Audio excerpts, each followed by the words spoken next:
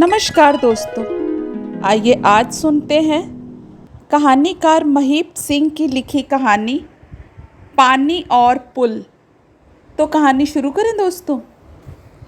गाड़ी ने लाहौर का स्टेशन छोड़ा तो एक बारगी मेरा मन कांप उठा।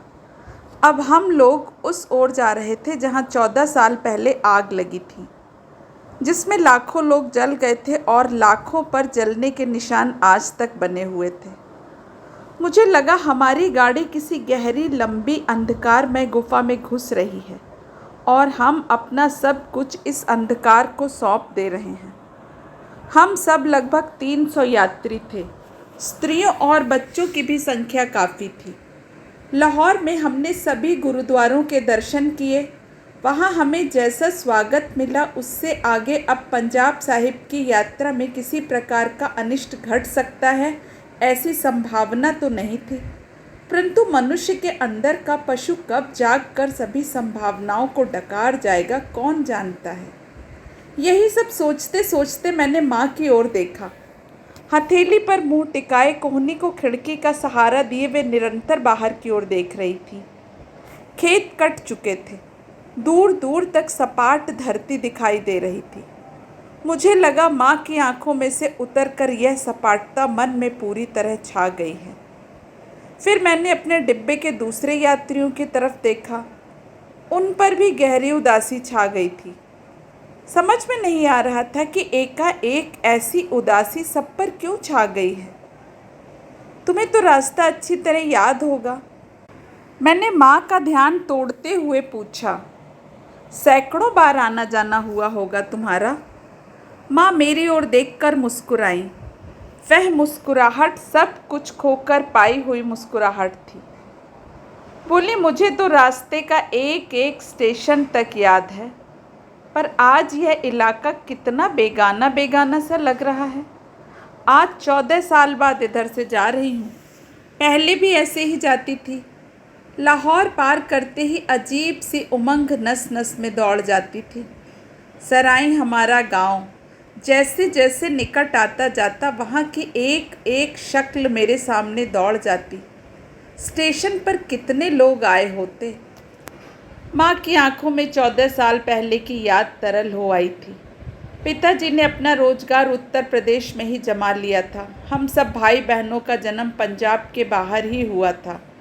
मुझे याद है पिताजी तो शायद साल में एक आध बार ही पंजाब आते हों, पर माँ के 2-3 चक्कर ज़रूर लग जाते थे। हम में जो छोटा होता वह माँ के साथ जाता, और जब से मुझे याद है मेरी छोटी बहन ही उनके साथ जाया करती थी।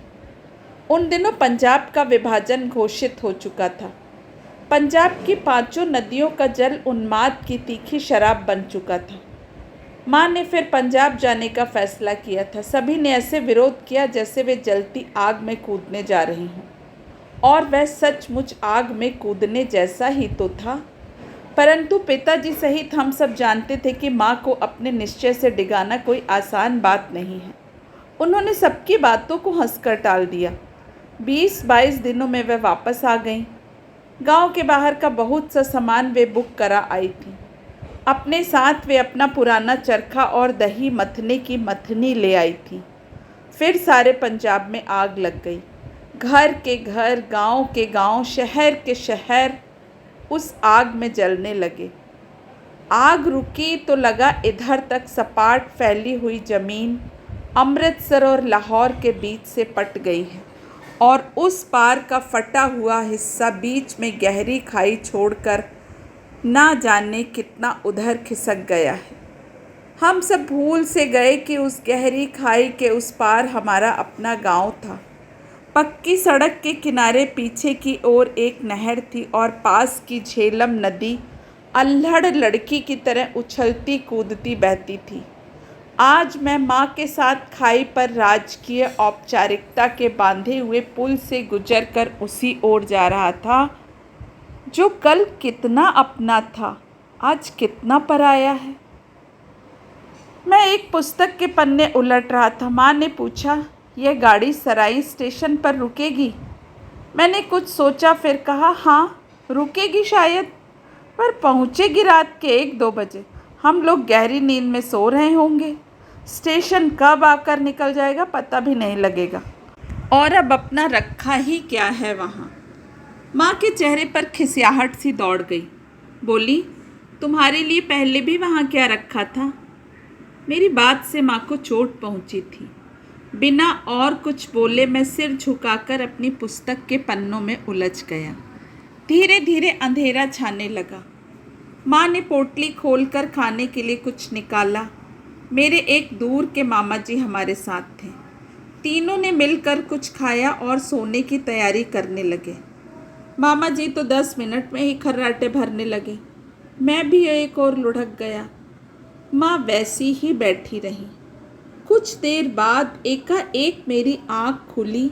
देखा, माँ वैसे ही बाहर फैले हुए अंधेरे की ओर निष्पलक देखती हुई बैठी हैं। घड़ी देखो, 10:30 बज गए थे। मैंने कहा, माँ तुम भी लेट जाओ ना। अच्छा, उनके मुंह से निकला और वे अधलेटी सी हो गई।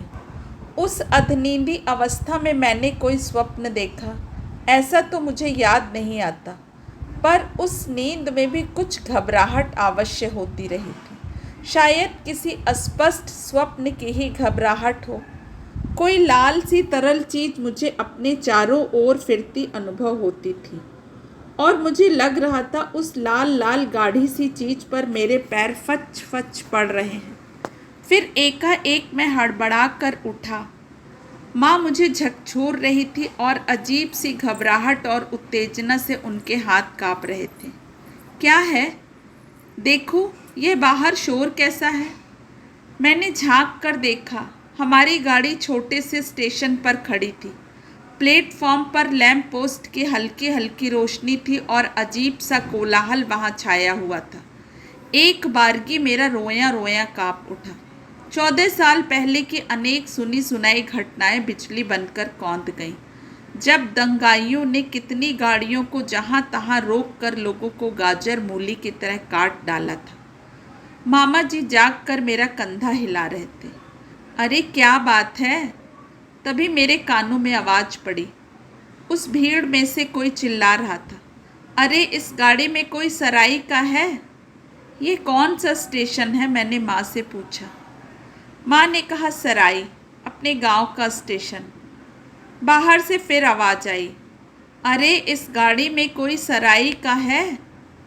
मैंने माँ की ओर देखा। उनके चेहरे पर पूर्ण अस्वस्थता थी। पूछो इनसे क्या बात है।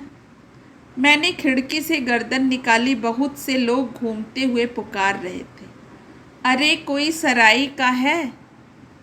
पास से जाते हुए एक आदमी को बुलाकर मैंने पूछा, क्या बात है जी? आप में कोई इस गांव का है? हाँ, हम हैं इस गांव के। माँ आगे आकर बोली, तुम सराई की हो? उस आदमी ने जोर देकर पूछा। हाँ जी। माँ के इतना कहते ही स्टेशन पर चारों ओर शोर मच गया। इधर उधर घूमते हुए बहुत से आदमी हमारे डिब्बे के सामने जमा हो गए। फिर कई आवाज़ें एक साथ आई। हम सराई के ही हैं, माँ ने जोर देकर कहा, इसी गांव के। उपस्थित जन समुदाय में एक कोलाहल सा हुआ। किसी की आवाज़ आई, तुम किसके घर से हो? माँ ने मेरी ओर देखा। मैंने कहा, मेरे पिताजी का नाम सरदार मूल सिंह है, ये मेरी माँ है। तुम मूला सिंह के बेटे हो? कई लोग एक साथ चिल्लाए। तुम मूला सिंह की बीवी हो? रवेल सिंह की भाभी? कैसे हैं सब लोग? कहते कहते कितने ही हाथ हमारी ओर बढ़ने लगे। लोग हमारे संबंधियों में सबकी कुशल क्षेम पूछते हुए अपने हाथ की पोटलियाँ मुझे और माँ को थमाते जा रहे थे। मैं और माँ गुमसुम से उन्हें ले लेकर अपनी सीट पर रखते जा रहे थे। देखते देखते हमारी बर्थ कपड़ों की छोटी छोटी पोटलियों से भर गई। मैं हक्का बक्का से यह देख रहा था। माँ अपने सिर का कपड़ा बार बार संभालती हुई हाथ जोड़ रही थी। खुशी से उनके होंठ फड़फड़ा रहे थे। मुंह से निकल कुछ भी ना रहा था और लगता था आंखें अभी चू पड़ेंगी। वहीं खड़े गार्ड ने हरी लालटेन ऊपर उठाई और कोट की जेब से सीटी निकाली।